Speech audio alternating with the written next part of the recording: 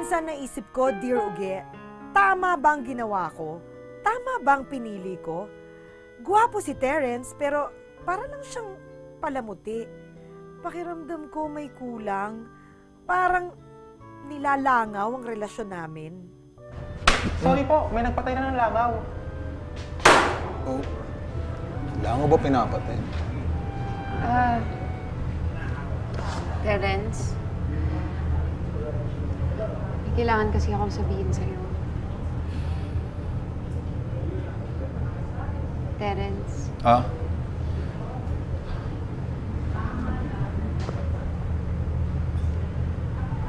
Kasi, ang hirap sabihin eh. Nagkamali kasi ako. I mean, lahat naman tayo nagkakamali, di ba? Pero, gusto kong itama ang mali ko. Okay, so sinasabi mo na kakamali ka? Oo, mismo. Nagkakamali ako. Hindi naman kita sinisisi. At kahit anong mangyari, it's not you, it's me. Pero huli kang nagpakilala at dahil doon, nagkaroon ako ng oras para kilalanin talaga si 30. Kaya, mas nagustuhan ko siya. So, ibig sabihin, nagkamali ka ng pinili. Hindi ko akalain na may Miss Columbia ako. Panalo na. Natalo pa. Terence, sorry talaga. Sana hindi ka naman galit sa akin. Ay, sorry po. Anak ng langaw.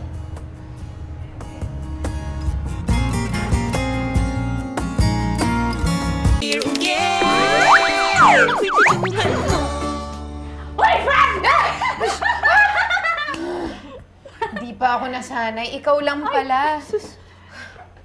Dali, bakit ka napasugo dito? Balita ko, hiwalay na daw kayo ni Terence. Bakit naman? I-chika mo naman sa akin yan, friend. Di ko alam. Wala. Ano? Siguro na-realize ko lang na hindi pala talaga importante ang itsura. Don't judge a book by its cover. Ito, parang ito. Yung notebook ko. Madumi siya. Parang ang dark-dark niya na. Parang malibag na nga eh. Pero, ang laki ng inaitutulong niya sa buhay ko. Kasi nandito lahat ng business contacts ko. Napapasaya niya ako. Nakakatawa siya. Mahal ko na yata siya. Saan naman natutunan niya? Ha? Sa school. Of life. Kasi tita, alam mo, na-realize ko na hindi ko naman pala kailangan ng palamuti sa buhay para maging masaya. Ang kailangan ko, yung magpapasaya sa akin, yung makakausap ko. Tama yan. Kaya mabuti pa, maghahanda na muna ako ng merienda para sa mga bisita nyo. Ay! Mga?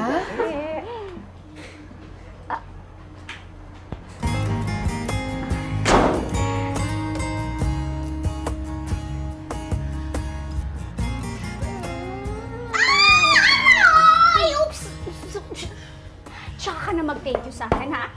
Kasi ako lang naman ang nag-text sa kanya na wala na kayo ni Terence. Kaya ayan, nangulit ng puntahan ka, oh. Mamaya na, ha? Kaya na, kaya naman wala naman akong kaayos-ayos. Huwag ka mag-alala. Maganda ka pa rin. Kahit magulo buhok mo, kahit maiksi, kahit kalbo. Paano eh? Kaya nga nagbabaka sakali uli ako eh. Kahit na second rate trying hard ako. Pero kung ayaw mo, okay lang naman. Pwede mo naman ako maging friend ko. Tumigil ka dyan. Para sa akin, hindi ka alangan. Actually, ang gwapo-gwapo mo ngayon. At saka, ang bango mo. Ikaw talagang nanalo. I'm sorry, nagkamali ako. Okay lang. You deserve someone better and perfect. And it's me. I'm here.